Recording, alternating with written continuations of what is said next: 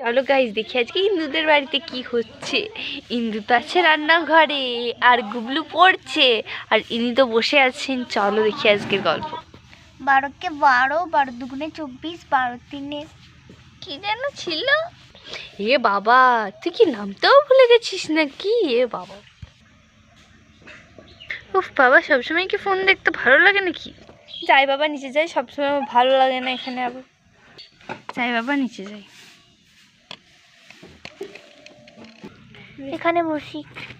ও একটু কিছু খেতে তো আমার খেতে দিতে পারেন নাকি?